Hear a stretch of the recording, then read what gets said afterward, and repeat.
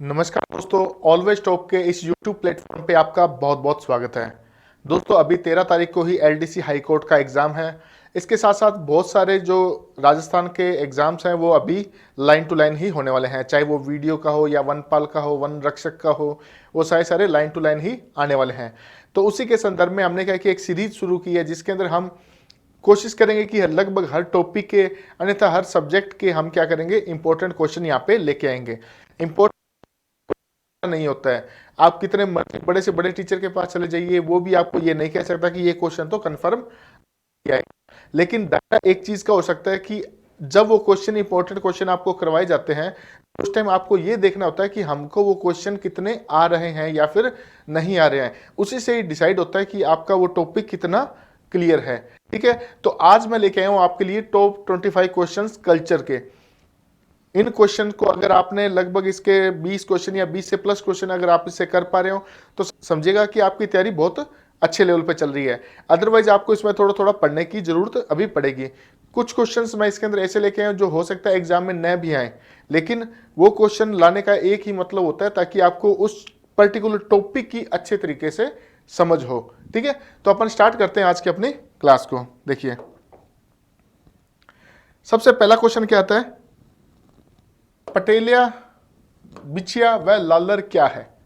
पटेलिया, बिछिया व लालर क्या है। आरएस में भी ये क्वेश्चन आया हुआ है और एक दो एग्जाम्स में और में भी आया हुआ है, तो प्रीवियस ईयर के क्वेश्चन भी अपन यहाँ पे लेके आ रहे हैं। तो बताइए, पटेलिया, बिछिया व लालर क्या है।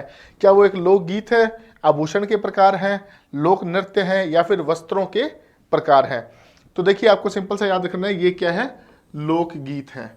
पहाड़ी एरिया में गाए जाने वाले राजस्थान के लोकगीत की एक प्रकार है, वो क्या है, पटेलिया, बिछिया व लालर। ठीक है, हो जाएगा आपको याद। अब देखते हैं अपन नेक्स्ट। देखिए, वर को जादू टोने से बचाने के लिए गाया जाने वाला गीत या लोकगीत। ऑप्शंस देखिए, सीठने, हमसिडो, भणते या फिर कामण। सबसे पहले मैं यहां से स्टार्ट करता हूं। सीठने, सीठने क्या होते हैं, गाली गीत होते हैं। क्या होते हैं, गाली गीत होते हैं जो शादियों के अंदर गाए जाते हैं, मतलब एक मजाक की गाली होती है, उस टाइप की गाली गीत होते हैं। हमसिडो, हमसिडो क्या होता है, भीलों के द्वारा गाया जाने वाला गीत होता है जो कि एक युगल गीत होता है। क्या होता है, युगल गीत होता है। उसके बाद बढ़ते, बढ़ते क्या होता है, जब श्रमिक, श्रमिक या फिर खेत में काम करने वाले मजदूर या व्यक्ति थक जाते थे, तो थकने के पश्चात थकावट को मिटाने के लिए वो कौन सा गीत गाते थे, बढ़ते। और उसके बाद आता है कामण, और ये कामणी क्या हो जाएगा, अपना वर को जादू टोने से बचाने के लिए गाया जाने वाला गीत। अब आप इसको कैसे याद करोगे, पुराने टाइम पे जो वर बन जाता था उसके बाद उस पर जादू टोने कौन करेगी, कोई लड़की करेगी या फिर कोई काम से रिलेटेड उससे बचाया जाता था उसको, कि उसमें कोई लड़की डोरे ना डाल दे। तो उस लड़की, जो डोरे डालने वाली लड़की होती थी, उसको क्या बोलते थे, कामण, कि वो कामण है, वो उस पर डोरे डालेगी। इस वजह से उसको बचाने के लिए कौन सा गीत गाया जाता था, कामण गीत। ठीक है, सींठने क्या हो जाएंगे, गाली गीत। हमसिडो क्या हो जाएंगे, भीलों द्वारा युगल गीत गाया जाता है। यहीं से ही आप याद कर लेना, सुवटिया, क्या, सुवटिया, सुवटिया बिल्लों का केवल महिलाओं द्वारा गाया जाने वाला गीत है, केवल महिलाओं द्वारा। ये अपन गीत जब टॉपिक पढ़ेंगे तब भी अपन इसको अच्छे तरीके से पढ़ लेंगे। हमसिडो क्या है, हम मतलब दो जने, इसलिए क्या है, युगल गीत हो जाएगा। बढ़ते क्या है, श्रमिक अपनी खेतों के अंदर थकान मिटाने के लिए जो गीत गाते हैं उनको क्या बोला जाता है, बढ़ते। और कामण क्या हो जाएगा, वर को जादू टोने से बचाने के लिए गाया जाने वाला गीत। ठीक है, अब देखते हैं अपन नेक्स्ट। देखिए, राज्य का खेल नृत्य कौन सा है, राजस्थान का खेल नृत्य कौन सा है। अब देखिए, नेजा, नेजा क्या होती है। सबसे पहले तो आपको पता होना चाहिए, रामदेव जी की ध्वजा को भी क्या कहते हैं, नेजा। और नेजा एक और क्या है, भीलों का नृत्य भी है, भीलों का नृत्य भी है। वालर क्या है, गरासियों का नृत्य है, जिसे हम क्या बोलते हैं, गरासियों की घूमर भी बोला जाता है इस नृत्य को। उसे घूमर तो सभी को पता ही है। और गवरी नृत्य भी क्या है, बिल्लों का नृत्य है, बिल्लों का नृत्य है, जो कि सावन भादों में 40 दिनों तक खेला जाता है, और इसी को राई या फिर पुरिया कहते हैं। लेकिन अपना क्वेश्चन क्या है, राज्य का खेल नृत्य कौन सा है। तो राज्य का खेल नृत्य हो जाएगा ऑप्शन एक, कौन सा? नेजा। नेजा के अंदर ये होली के तीसरे दिन खेला जाता है और उस टाइम पे क्या होता है कि वो एक प्रहलाद को होली के रूप में वहाँ पे सजाते हैं और वहाँ पे नारियल रखते हैं और उसको फोड़ते हैं। तो ये खेल हिसाब से, खेल की भावना से खेला जाता है, इसी वजह से इसको क्या कहा जाता है? राजस्थान का खेल नृत्य। कौन सा हो जाएगा? नेजा। ठीक है, अब देखते हैं अपन नेक्स्ट। निम्न में से कौन सा नृत्य कालबेलियों का नृत्य नहीं है? अगर आपने मेरी वो क्लास देखी होगी जिसके अंदर हमने बताया हुआ है कि नृत्यों के बारे में, तो आप उसका चुटकियों में आंसर दे सकते हो। हालांकि पीछे वाले क्वेश्चन थे उनका भी आप आसानी से आंसर दे पाओगे। देखिए, कालबेलियों के नृत्य कौन कौन से हैं आपको मैं सीधा ही बता देता हूँ। आपको याद रखना क्या करना है? बाई पास। क्या याद करना है? बाई पास। बा से क्या हो जाएगा? बागड़िया। क्या हो जाएगा? बागड़िया। ई से क्या हो जाएगा? इंडोनी। क्या हो जाएगा? इंडोनी। पा से क्या हो जाएगा? पणिहारी। क्या हो जाएगा? पणिहारी। और सह से क्या हो जाएगा? संक्रिया। ठीक है, तो ये 4 नृत्य किसके हैं? कालबेलियों के। अब देख लो इसमें से कौन कौन सा नहीं मिल रहा है। पणिहारी है, बागड़िया है, संक्रिया है, ये जावरा, जवारा नहीं जावरा है, ये जावरा। ये किनका नृत्य है? गरासियों का। किनका है? गरासियों का नृत्य है। ठीक है, आप मेरी वो क्लास जरूर देखिएगा जिसके अंदर मैंने नृत्यों के बारे में, फेस्टिवल्स के बारे में अच्छे तरीके से बताया हुआ है, ताकि आपको ये चीजें आसानी समझ में आ जाए। तो क्या हो जाएगा? कालबेलियों का नृत्य नहीं है। तो कालबेलियों की ट्रिक कौन सी है? बाई पास। बा से बागड़िया, ई से इंडोनी, पा से पणिहारी और सह से संक्रिया। ठीक है, अब देखते हैं अपन नेक्स्ट। देखिए, फाल्गुन महीने में फसल काट लेने के पश्चात कौन सा नृत्य किया जाता है? फाल्गुन महीने में फसल काट लेने के पश्चात कौन सा नृत्य किया जाता है? ये बेसिकली मेव क्षेत्र में, मेवाती क्षेत्र में किया जाता है। कौन से? मेवाती क्षेत्र। कौन सा हो गया वो? अलवर, अलवर और भरतपुर। ठीक है, अब सबसे पहले देखिए घुड़ला। घुड़ला नृत्य कहाँ किया जाता है? मारवाड़ में या फिर जोधपुर में? तो ये तो होगा नहीं, क्योंकि मेवात क्षेत्र तो उससे उधर चला गया। घूमर नृत्य, घूमर नृत्य तो विवाह शादियों में किया जाता है। ठीक है, पप्पे और पप्पे एक लोकगीत है। उसके बाद बचता है बम रसिया। तो बम रसिया कब किया जाता है? फाल्गुन में फसल काटने के लेने के पश्चात। कहाँ पे किया जाता है? तो कहाँ किया जाता है? अलवर व भरतपुर में। ठीक है, फाल्गुन महीने में फसल काट लेने के पश्चात कौन सा नृत्य किया जाता है? तो कौन सा नृत्य हो जाएगा? बम रसिया। ठीक है, सभी जितने भी टॉपिक है, चाहे वो डांस हो, चाहे वो नृत्य हो, लोकगीत हो, चित्रकलाएं हो, लोक देवता हो, देवियां हो, सभी से मैंने एक एक दो दो क्वेश्चन लिए हैं, ताकि क्या आपको पर्टिकुलर समझ बन जाए। और मैंने वो क्वेश्चन मैंने ट्राई किया है कि वो क्वेश्चन न लूं जो बिल्कुल ईजी हो, बिल्कुल सिंपल हो। ठीक है, क्योंकि वो आपको याद भी होंगे और आपने देखा भी होगा, उनको पढ़ भी लिया होगा, जहां तक उम्मीद है। इसके बाद देखिए, अलगोजा, बांसुरी, शहनाई का मिश्रण वाला कौन सा वाद्य यंत्र है? अलगोजा, बांसुरी व शहनाई के मिश्रण वाला, मतलब उसके अंदर अलगोजा का साउंड भी आता है, बांसुरी की तरह भी है और शहनाई की तरह भी है। तीनों का कौन सा है? देखिए, सबसे पहले बात करते हैं हम ऑप्शन 4 से, मांदल। मांदल किनका वाद्य यंत्र है? तो मांदल है भीलों का। वो इस प्रकार से होता है। ठीक है, ये मिट्टी का माटा सा होता है, इसके ऊपर चमड़े के कुछ लगाया होता है, इसको बजाया जाता है। अब ये कहीं से भी आपको नहीं लग रहा होगा, बांसुरी या शहनाई तो कहीं से नहीं लग रहा होगा। खंजरी, खंजरी क्या होता है? खंजरी को अपन सिंपल भाषा में बोल सकते हैं डफली टाइप बोलते हैं, जैसे होता है ना यहाँ पे डफली वाले डफली बजा, उस टाइप से होते हैं खंजरी। यहाँ पे खाल मड़ी होती है और यहाँ पे मंजीरे लगे होते हैं। ठीक है, तो ये भी आपको कहीं से भी नहीं लग रहा है। उसके बाद बात करते हैं लेजिम। लेजिम क्या है? गरासियों का वाद्य यंत्र है। किसका है? गरासियों का। और वो इस हिसाब से होता है कि यहाँ पे एक लकड़ी का डंडा होता है, इसके ऊपर यहाँ पे एक तार होता है, तार के ऊपर क्या है? मंजीरे बंधे होते हैं। ठीक है, और उनको इस हिसाब से पकड़ के और बजाया जाता है इसको। ठीक है, तो ये तीनों ही आपके ऑप्शन में नहीं आ रहे। देखिए, खंजरी है, ये है कालबेलियों का, ये है भीलों का, और ये है गरासियों का वाद्य यंत्र। अब लास्ट बचता है सतारा। तो ये सतारा ही क्या हो जाएगा? अपना ऑप्शन राइट हो जाएगा। अगर आपने बाकी चीजें अच्छे से पढ़ी है तो आपको इलिमिनेशन मेथड से भी आप आराम से इस क्वेश्चन का आंसर ढूंढ सकते थे। क्या हो जाएगा? सतारा। ठीक है, अब देखते हैं नेक्स्ट क्वेश्चन। देखिए, लक्ष्मण का अवतार किस लोक देवता को कहा जाता है? देखिए, कुछ देवता हैं जिनको किसी को नाग का अवतार कहते हैं, किसी को विष्णु का अवतार कहते हैं, वो अपन आपने पढ़ा भी होगा। लेकिन यहाँ पे क्या है कि लक्ष्मण का अवतार किस लोक देवता को कहा जाता है? देखिए, सबसे पहले आपने को याद रखना है पाबू जी को। इसका आंसर क्या हो जाएगा? पाबू जी। इलोजी को नहीं कहा जाता, कल्लाजी राठौड़ को तो शेषनाग का अवतार कहा जाता है, देवनारायण जी को किसका कहा जाता है, विष्णु का अवतार कहा जाता है। तो लास्ट ऑप्शन कौन सा बच जाएगा अपने पास, पाबूजी। अब ये याद कैसे करेंगे, क्योंकि पाबूजी, हड़बूजी ये नाम आते हैं तो अपन थोड़ा सा मेहाजी कंफ्यूजन में आ जाते हैं। इनको क्यों कहते हैं, बेसिकली लक्ष्मण का अवतार। देखिए स्टोरी ये है कि जब लक्ष्मण और वनवास गए हुए थे तो वहां पे शूर्पणखा, ठीक है, तो शूर्पणखा आई थी तो वो बोली कि मैं राम के साथ शादी करूंगी, लेकिन वो राम ने मना कर दिया तो वो बोली मैं लक्ष्मण से शादी करूंगी। तो लक्ष्मण क्या है, आगे आगे भागने लग गए, एक कुआं बना होता, कुएं के आगे आगे उसके भागने लगे और पीछे पीछे शूर्पणखा भागने लगी। इस हिसाब से करते करते उन्होंने क्या लगभग 3.5 बार घूम चुके थे वो। इतने में शूर्पणखा बोलती है कि तू एक काम कर, 3.5 बार और घूम ले, उसके बाद तेरे को जल को साक्षी मान के मैं तेरी अर्धांगिनी बन जाऊंगी या मेरी तेरे से शादी हो जाएगी। तब वो वहीं क्या करते हैं, 3.5 फेरे भी रोक देते हैं और उसका नाक काट देते हैं। तो बेसिकली क्या होता है, उस टाइम पे 3.5 फेरे किसने लिए थे, लक्ष्मण जी ने। और यहाँ पे किसने, पाबू जी ने भी, अगर आपको इनकी स्टोरी पता होगी तो पाबू जी ने भी क्या लिए थे, 3.5 फेरे लिए थे। इसी वजह से क्या कहा जाता है, लक्ष्मण का अवतार कहा जाता है। किसको, बाबू जी को। अब ये स्टोरी सुनने के बाद शायद आप नहीं बोले 3.5 फेरे किसने लिए थे, लक्ष्मण जी ने, और 3.5 फेरे किसने लिए हैं, बाबू जी ने। ठीक है, अब देखते हैं नेक्स्ट। सुमेलित कीजिए। सुमेलित क्या करना है कि ये लोग देवता हैं और इनके मंदिरों में किस किस चीज की पूजा होती है। ठीक है, तो देखिए सबसे पहले देखते हैं हम देवनारायण जी के बारे में। देवनारायण जी का जो मंदिर है उसके अंदर ईंट की पूजा की जाती है। किसकी, ईंट की। तो यहाँ पे मिलाइए इसको, ये किससे हो जाएगा, इससे मिल जाएगा, ईंट की पूजा की जाती है। उसके बाद अपने को क्या याद रहे, रामदेव जी। ठीक है, रामदेव जी के बारे में अपने को पता है कि रामदेव जी के पगड़ियों की पूजा होती है।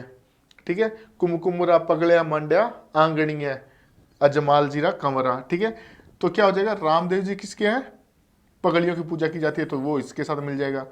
उसके बाद बचते हैं हड़बू जी। हड़बू जी के बारे में आपको पता है कि इन्होंने राव जोधा को कुछ दाने दिए थे। ठीक है, उसके बाद में ये पूरी जिंदगी भर क्या है, लकड़ी के गाड़े पे ही पशुओं के लिए चारा वगैरह लाया करते थे। ठीक है, तो हड़बू जी का जो मंदिर है उसके अंदर किसकी पूजा की जाती है, लकड़ी के गाड़े की पूजा की जाती है। अब बच गया मामा जी, तो मामा जी के लिए क्या याद रखना है, लकड़ी के तोरण की पूजा की जाती है, लकड़ी के तोरण की पूजा की जाती है। ठीक है, क्या हो जाएगा, मामा देवनारायण जी के बारे में अपने को पता होना चाहिए कि उनके मंदिर में ईंट की पूजा की जाती है। उसके दूसरे नंबर पे अपने मामा जी को छोड़ा, अगर नहीं याद आ रहा तो अपने रामदेव जी के बारे में देखो कि रामदेव जी के किसकी पूजा की जाती है, रामदेव जी के पगड़ियों की पूजा की जाती है। सबने ऑलमोस्ट भजन सुने होंगे रामदेव जी के, तो पगड़ियों के नाम बहुत बार आते हैं। तो किसकी पूजा की जाती है, पगड़ियों की पूजा की जाती है। उसके बाद आता है हड़बू जी। तो हड़बू जी क्या लेके आते थे, लकड़ी के गाड़े पे ही तो लेके आते थे ना वो पशुओं के लिए चारा वगैरह। तो उसी गाड़े की पूजा कहाँ की जाती है, उनके मंदिर में। तो हड़बू जी के लिए क्या हो जाएगा, लकड़ी के गाड़े की पूजा। अब बचेगा मामा जी, मामा जी के लिए आप आराम से टिक कर सकते हो। ठीक है, अब देखते हैं नेक्स्ट। देखिए, अनीस उल अरवाह किस मुस्लिम संत की जीवनी है, जीवनी मतलब बायोग्राफी है। अनीस उल अरवाह किस मुस्लिम संत की जीवनी है, तो वो किसकी हो जाएगी, अपने ख्वाजा मोइनुद्दीन चिश्ती की। क्या ऑप्शन हो जाएगा, ऑप्शन नंबर 4। अनीस उल अरवाह किस मुस्लिम संत की जीवनी है, तो किसकी हो जाएगी, ख्वाजा मोइनुद्दीन चिश्ती की। ठीक है, अब देखते हैं नेक्स्ट। आचार्य तुलसी जी के बारे में असत्य कथन का चुनाव कीजिए। अब ये ध्यान रखना, सत्य व असत्य के बारे में क्या चीजें, असत्य कथन का चुनाव करना कि कौन सा कथन असत्य है। देखिए सबसे पहले देखते हैं, इनकी समाधि गंगा शहर बीकानेर में है, तो ये भाई साहब बात बिल्कुल सही है।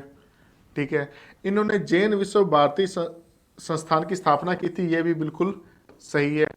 उसके बाद में जैन धर्म के 13 पंथ की शुरुआत की थी, इसको छोड़ते हैं। अणुव्रत की स्थापना की थी जिसमें 75 नियम थे, ये भी बिल्कुल सही है।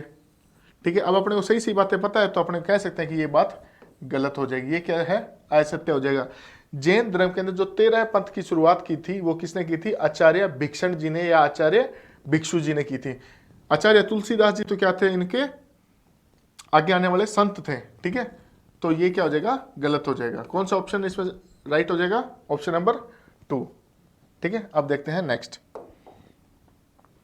एकमात्र लोक देवी जो दुर्गा माता का अवतार है तथा जहां मांस व मदिरा का भोग नहीं लगाया जाता। ये क्वेश्चन थोड़ा सा अच्छे लेवल में मानता हूं क्वेश्चन को। देखिए, एकमात्र लोक देवी जो दुर्गा माता का अवतार है तथा जहां मांस व मदिरा का भोग नहीं लगाया जाता, तो वो याद कर लेना आप, केला देवी।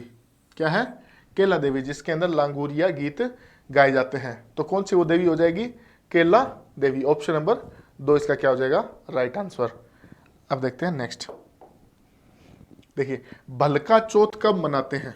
भलका चौथ कब मनाते हैं? अगर आपने मेरी त्योहारों वाली वीडियो देखी है तो आपको बताने की जरूरत नहीं पड़ेगी, 1 मिनट में आप इसका आंसर कर दोगे। और जिन जिन ने देखी है वो अब तक आंसर इसका दे भी चुके होंगे। बलका से क्या बताया था मैंने? बलका से क्या याद करना है? ढलका। ढलका क्या? आंसू।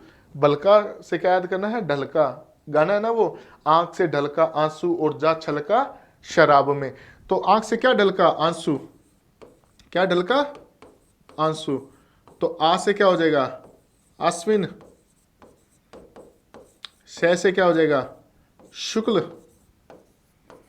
और चौथ से क्या हो जाएगा? चतुर्थ। अब ऑप्शन देख लो कौन सा राइट है। अश्विन शुक्ल चतुर्थ, ये अपना राइट हो जाएगा। कुछ करने की जरूरत नहीं, आपने पढ़ना ही नहीं है कि इसमें क्या है, इसमें क्या है, इसमें क्या है। अपने सीधा रखना है बलका। बलका क्या? ढलका। ढलका क्या? आंसू। आंसू से आ से हो जाएगा अश्विन, शय से हो जाएगा शुक्ल और चय से हो जाएगा चतुर्थी। आप अगर टाइम मिले तो आप इस वीडियो को जरूर देखना, जिसके अंदर मैं सारे त्योहारों को लगभग इसी तरह से ट्रिक्स के माध्यम से बताया गया है आपको। देखिए, आंवला नवमी कब मनाते हैं? आंवला नवमी कब मनाते हैं? सबसे पहले आप लोग मेरे को बताइए, आंवले का यूज कहाँ होता है? आंवले का यूज होता है बालों में, अपन तेल लगाते हैं, सबसे ज्यादा वही यूज करते हैं। खाने के लिए करते हैं लेकिन वो तो सीजनल करते हैं, लेकिन आंवले का हम रेगुलर कहाँ यूज करते हैं? बालों में तेल लगाने के लिए। तो तेल कहाँ लगाते हैं? बालों में। बालों को क्या बोलते हैं? केश। क्या बोलते हैं? केश। तो कैसे क्या हो जाएगा? कार्तिक। और शय से क्या हो जाएगा? शुक्ल।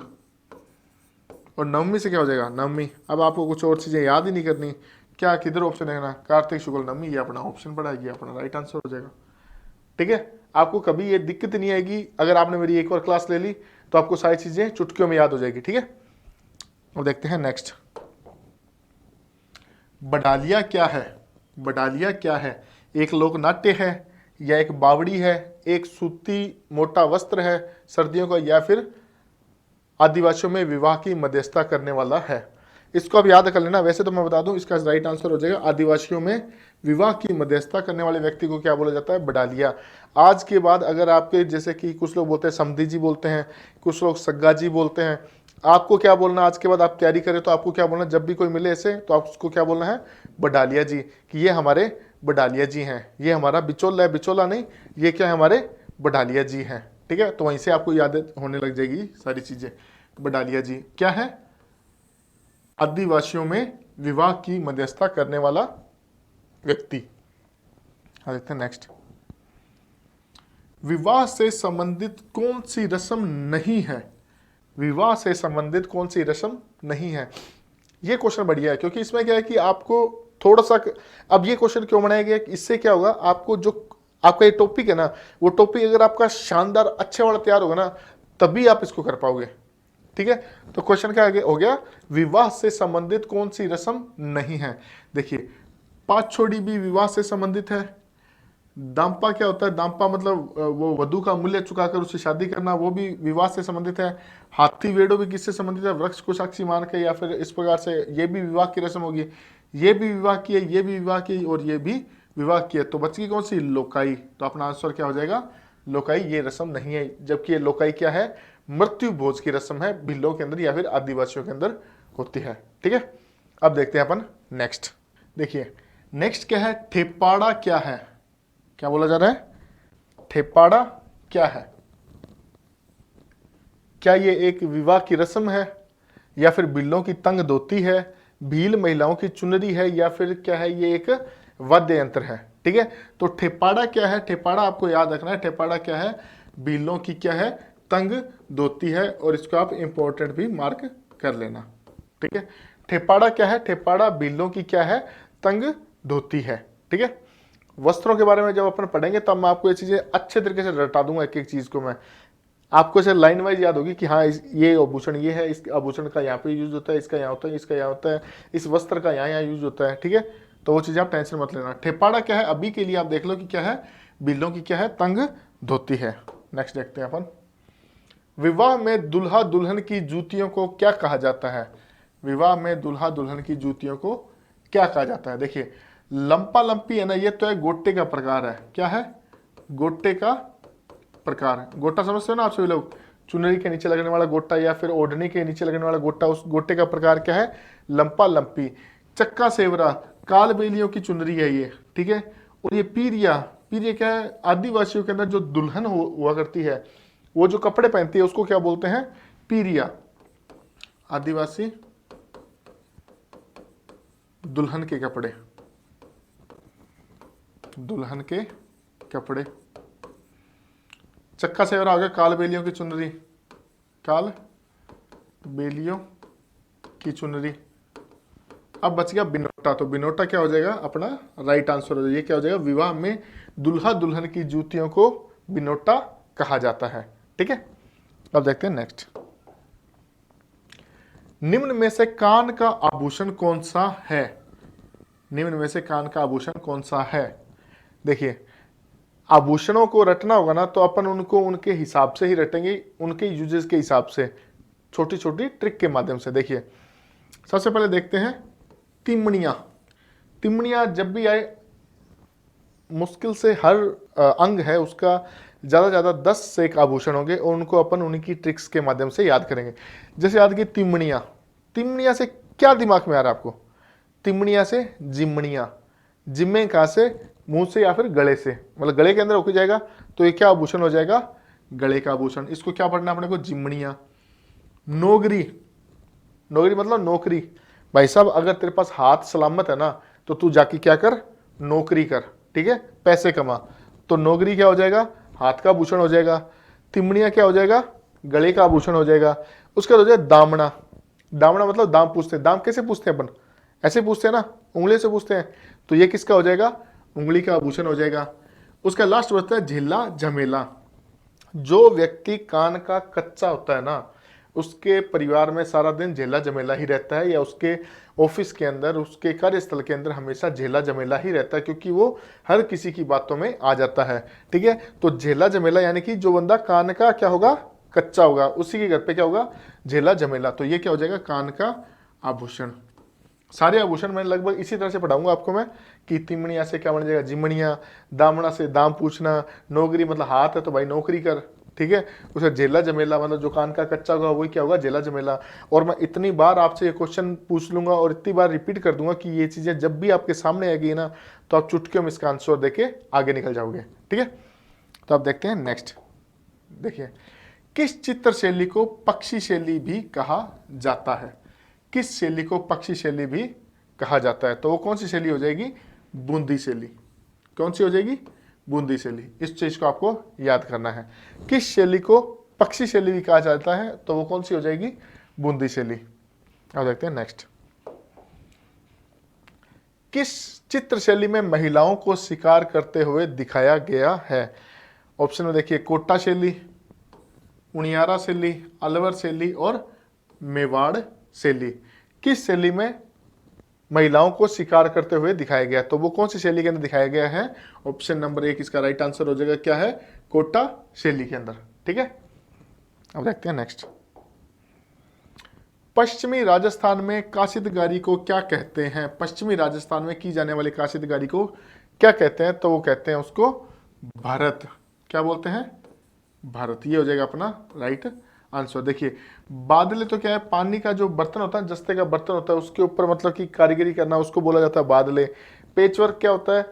अलग अलग रंग के टुकड़े ले लेके जोधपुर साइड के अंदर, जैसलमेर साइड के अंदर अलग अलग टुकड़े लेके उनके बैग या फिर तकिए का कवर, वो सब बनाना क्या वो बोला जाता है? पेचवर्क। थेवा कला क्या है? राजसोनी परिवार द्वारा की जाने वाली कला होती है, मतलब बेल्जियम के कांच के ऊपर कुछ कारीगरी वगैरह करते हैं, तो वो होता है थेवा कला। और ये भरत क्या होता है? पश्चिमी राजस्थान में की जाने वाली काशिदकारी को कहते हैं भरत, ठीक है। अब देखते हैं अपन नेक्स्ट। मिट्टी के खिलौनों के लिए प्रसिद्ध है। मिट्टी के जो प्रसिद्ध खिलौने हैं वो खिलौने हैं बू के खिलौने। कौन से? बू के खिलौने। बू के खिलौने मिट्टी के। इनकी खास बात क्या होती है? इनकी धड़ अलग बनती है, सिर अलग बनता है, धड़ अलग बनती है, हाथ पैर सारी चीजें अलग अलग इनकी बनाई जाती हैं, सारी चीजें अलग अलग होती हैं। ये कौन से खिलौने होते हैं? बू के खिलौने। और ये कहाँ के फेमस है? नागौर के। कहाँ के? नागौर के। तो इस वजह से ऑप्शन देख लो, ऑप्शन नंबर 1 नागौर। यही हो जाएगा अपना राइट आंसर, ठीक है। देखते हैं नेक्स्ट। भूरे खां की मजार किस दुर्ग में स्थित है? देखिए, जब अपन दुर्ग यानी कि स्थापत्य वाला जो ये टॉपिक आता है, तो उसके अंदर आपको ये चीजें याद रखनी है। जितनी भी मजार बनी हुई है ना जिन जिन किलों के अंदर, वो चीजें तो आपको एग्जैक्टली याद होनी चाहिए। इसी वजह से मैंने ये क्वेश्चन दिया इसके अंदर, ताकि क्या अगर आपको इसका आंसर पता है तो मतलब आपको और भी क्वेश्चन के आंसर पता होंगे। ठीक है, ये चीजें आप मेनली आप याद करके जाना। ज्यादातर इनमें से आजकल इसी प्रकार से क्वेश्चन पूछे जा रहे हैं। भूरे खें की मजार किस दुर्ग में स्थित है? तो वो कौन से दुर्ग में स्थित है? मेहरानगढ़ दुर्ग में। ठीक है, और मेहरानगढ़ दुर्ग कहाँ है? जोधपुर में। ठीक है, भूरे खां मजार किस दुर्ग में स्थित है? तो वो कौन से दुर्ग में स्थित है? मेहरानगढ़ में, जो कहाँ स्थित है? जोधपुर के अंदर। अब देखते हैं नेक्स्ट। बिना नींव का किला कौन सा है? बिना नींव का किला कौन सा है? तो वो किला हो जाएगा गागरोन का दुर्ग। कौन सा है? गागरोन का दुर्ग, जो कहाँ है? झालावाड़ में। कौन सा दुर्ग है जो बिना नींव का बना हुआ है? तो वो है गागरोन दुर्ग। और ऐसा किला जो ईंटों से बना हुआ है, वो कौन सा है? बटनेर दुर्ग। कौन सा है? बटनेर दुर्ग। कौन सा किला जमीन पे बना हुआ है? तो वो कौन सा है? जूनागढ़ दुर्ग। इसको क्या बोलते हैं? जमीन का जेवर भी बोला जाता है। जमीन का जेवर भी बोला जाता है। कौन सा किला है जो दूर से ऐसा लगता है कि लंगर डाले हुए जहाज खड़ा है? तो वो कौन सा किला है? सोनारगढ़ का किला, जो कि कहाँ है? जैसलमेर में। ठीक है, अब देखते हैं अपन नेक्स्ट। निम्न में से किस मंदिर की खोज का श्रेय जेम्स टोड को दिया जाता है? जेम्स टोड, आपने इनका नाम अच्छे तरीके से सुना होगा। ये क्या थे? बेसिकली जब राजस्थान के अंदर एक पॉलिटिकल एजेंट के रूप में तैनात हुए थे, उस टाइम पे क्या है कि ये लोग ये क्या करते थे, बाहर जाते थे, जैसे गाँव के अंदर चले गए। गाँव में जो बूढ़े बुजुर्ग बैठे रहते थे, वो क्या करते थे? बढ़िया बढ़िया कहानियां सुनाया करते थे। कहानियां आजकल जितने बूढ़े बुजुर्ग होते हैं पहले सुनाया करते थे। आजकल तो व्हाट्सएप ये सब चैट आने लगी, तो वो क्या यूट्यूब पे घुसे रहते हैं। पुराने जमाने के अंदर लोग क्या है, पीपल के पेड़ के नीचे बैठ के कहानियां सुनाया करते थे। तो जब कर्नल जेम्स टोड ने उनकी कहानियां सुनी कि भाई साहब अकबर के साथ ऐसे युद्ध किया था हमारे बंदों ने, उसके बाद में महाराणा प्रताप इतने वीर योद्धा थे, इन ये वीर योद्धा थे, इधर जोधपुर में ये योद्धा था, अलग अलग कहानियां सुनी, तो उसको क्या मजा आने लग गया कि यार ऐसे भी कोई हो सकता है क्या। तो वो क्या करता था, घूमता फिरता रहता था। उसने क्या किया, घोड़ा लिया और घोड़ा लेकर इधर उधर घूमने फिरने लग गया। तो इस वजह से अपन क्या कहते हैं, जो कर्नल जेम्स टोड है उसको घोड़े वाले बाबा भी कहते हैं। ये क्वेश्चन अगर पूछ लिया जाएगा घोड़े वाले बाबा किसको कहा जाता है, तो आधे से ज्यादा लोग तो रामदेव जी टिक करके आ जाएंगे। तो याद रखना, घोड़े वाले बाबा किसे कहते हैं? कर्नल जेम्स टोड को। ये क्या करता, अलग अलग जगह घूमता था और जा जाके वहां पे जाके उनकी कहानियां सुनता था। इसको बहुत मजा आता था कि यार वाकई में ऐसे बंदे भी थे कि आगे 80,000 की सेना है, तुम्हारे पास 3,000 लोग हैं, फिर भी तुम लड़ने के लिए चले गए थे। बोलते कि हम लड़ने के लिए चले गए थे। करी यार क्या बंदे रहे होंगे तुम लोग। तो उसने क्या किया, विस्तृत रूप से जितनी भी उसने कहानियां सुनी, उन सारी कहानियों को एक पुस्तक के अंदर लिखना शुरू कर दिया था। और इसी ने ही पहली बार सिस्टमेटिक ढंग से पूरे पूरे इतिहास को, अपने राजस्थान के इतिहास को लिखा था। इसी वजह से इसको क्या कहते हैं, राजस्थान के इतिहास का पितामह भी कहते हैं। किसे? कर्नल जेम्स टोड को क्या कहते हैं? राजस्थान इतिहास का पितामह। पितामह प्लस इसको क्या कहते हैं, घोड़े वाले बाबा। घोड़े वाले बाबा। ठीक है, यही कर्नल जेम्स टोड जब इधर उधर घूमता फिर रहा था, तो इसको एक अनजान जगह पे एक मंदिर दिखा था। उस मंदिर का नाम था बारडोली का शिव मंदिर। तो इसी को ही श्रेय दिया जाता है, इस बारडोली के शिव मंदिर को खोजने का। ठीक है, होगी चीजें क्लियर। ये 25 के 25 क्वेश्चन, मैं नहीं दावा कर रहा कि ये सारे क्वेश्चन एग्जाम में आएंगे, हो सकते हैं इनमें से एक आधा भी जाए, नहीं आए तो कोई दिक्कत नहीं है। लेकिन अगर आपको ये सारे क्वेश्चन आते हैं तो मान के चलिए आपकी तैयारी बहुत अच्छे लेवल की है, क्योंकि ये क्वेश्चन मैंने वो बिल्कुल सिंपल सामने सामने से उठा के नहीं लेके आया हूँ। हर टॉपिक का जो चुनिंदा क्वेश्चन बन सकता था ना, कि अगर इस बंदे को इस टॉपिक का ये क्वेश्चन पता है ना, तो मतलब इस टॉपिक की पूरी पूरी नॉलेज इस बंदे को है। ठीक है, इसी वजह से मैंने ये क्वेश्चन उठाए हैं। तो आई होप आप लोगों को अच्छा लगा होगा। और अब अपन देखें नेक्स्ट क्लास के अंदर मैं हिस्ट्री के कुछ क्वेश्चन लेके आऊँगा, कुछ जियोग्राफी के लेके आऊँगा, और कोशिश करेंगे कि हो सकता है अपन 150 क्वेश्चन पूरे राजस्थान जीके के भी लेके आए। ठीक है, तो आज की क्लास को यहीं खत्म करते हैं, नेक्स्ट क्लास में मिलते हैं। Thank you so much.